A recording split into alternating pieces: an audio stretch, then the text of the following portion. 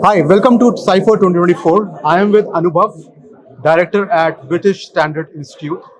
Anubhav, welcome to Cypher 2024. We would want to understand what your organization is all about. What exactly do you do in AI? So British Standard Institute is basically an organization, incorporated by Royal Charter 124 years ago. So we are the company which first started with finding out the best practices in marine industry. We standardized it into a list, into a document, and then we applied it to one of the or some of the most biggest marine companies in the world.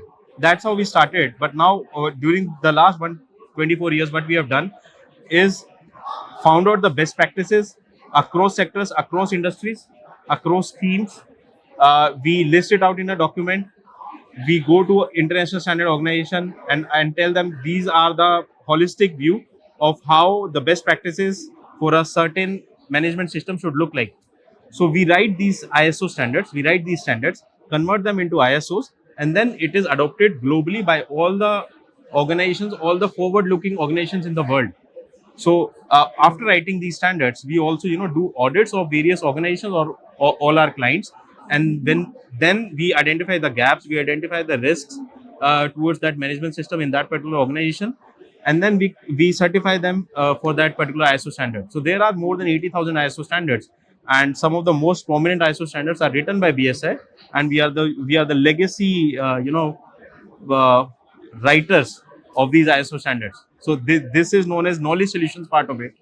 So apart from this management system certification, we also do product certification. You must have seen those CE markings on a lot of gadgets. So we do certify those products as well. Anything which is getting exported to, let's say, Europe cannot enter without having a CE marking on it. So we do certify products for that. We have recently written AI management system standards, which is very relevant to all the people who are here in this event.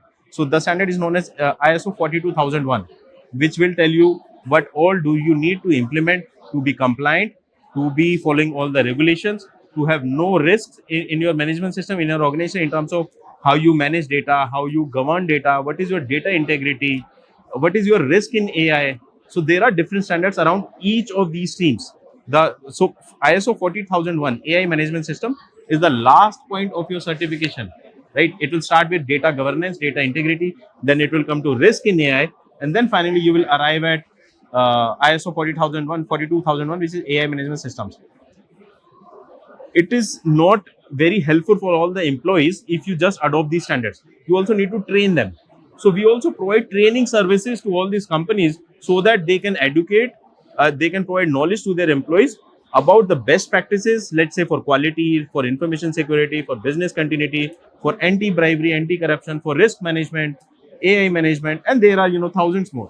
What do you think, or from your experience, how much is the adoption of these standards in India as opposed to the rest of the world?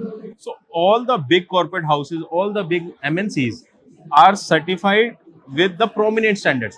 So the 4-5 prominent standards are quality management, environmental management, employee health and safety, and information security. So wherever there is IT, that organization is certified. That if the organization is a big one, they are certified with information security management systems. So they have done it just to earn the trust of the customer. Yes, it brings a lot of trust, but you are not fully secure yet just by adopting 27001. There is much more to information security or cyber security. And this is irrespective of AI.